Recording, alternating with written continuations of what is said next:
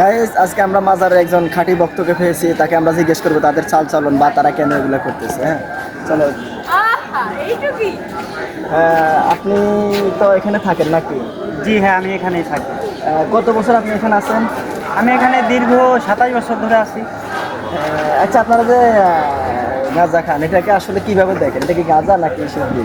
গাঁজা আমরা মোটামুটি ভাতের মতো দেখি। ভাত 3 বেলা খাওয়ার বদলে আমরা গাঁজা 3 বেলা খেয়ে থাকি।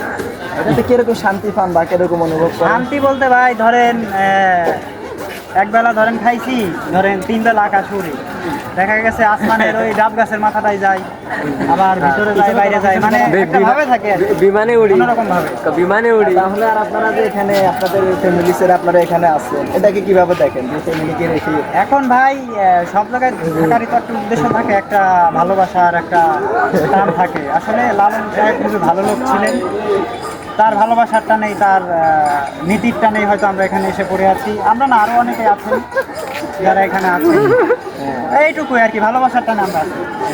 তাহলে আপনারা এখানে এসেছেন লালনকে ভালোবেসে। হ্যাঁ জি, ধন্যবাদ। আমরা ভাইয়ের সাথে কথা বলে আমরা অনেক খুশি হলাম, অনেক কিছু জানতে পারলাম। যাই হোক ভাইয়া, ভালো থাকবেন। হ্যাঁ ভাই, আপনারা আসবেন, সবসময় আসবেন এবং আমাদের সাথে বসে খাবেন। জি ভাই, সিদ্ধি খাবেন, গাঁজা জি খাবেন, ভাই। যাই বলেন সবে আমরা খাওয়াই দিব।